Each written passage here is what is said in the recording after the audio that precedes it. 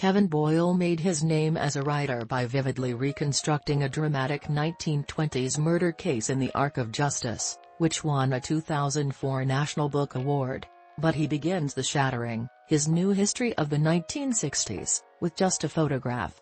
A group stands in front of a modest bungalow. Fathers and sons, mothers and daughters. The men are in shirt sleeves or aloha shirts, the women in capri pants or summer skirts. American flags fly on all the houses stretching down the block. It looks like a scene from the original The Wonder Years. The nostalgic setup, July 4, 1961, on a rising middle-class block in Chicago, is deliberate. But the Shattering, which intertwines the civil rights movement, the Vietnam War and the sexual revolution, is no saccharine account.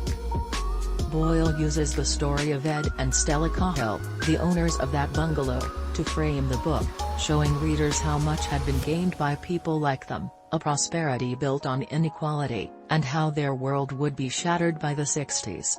We get a quick history of the early 20th century through the Cahills' eyes. Both lost a parent to the Spanish flu, but Stella's early life was rougher. Her parents arrived from Poland around 1910. Her father, a tailor, found work in a sweatshop and died when Stella was 2. Money was tight, especially after the Great Depression. When she met Ed in 1938, he was working a New Deal gig as a file clerk. He served in World War II before the couple settled down. By the time of the photo, Ed had risen to head of sales at Vacuum Can. They'd bought a bungalow from his dad, welcomed a third child and purchased a car and a television set.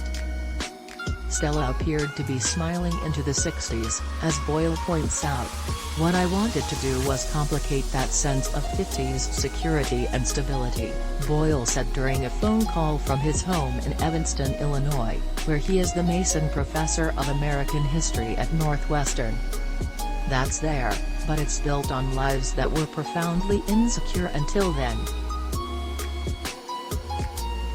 What stability the Cahills had achieved, he added, was built on some real injustices, on racial exclusion and racial oppression, the power of the military-industrial complex and a very narrow sense of what intimate life should be like.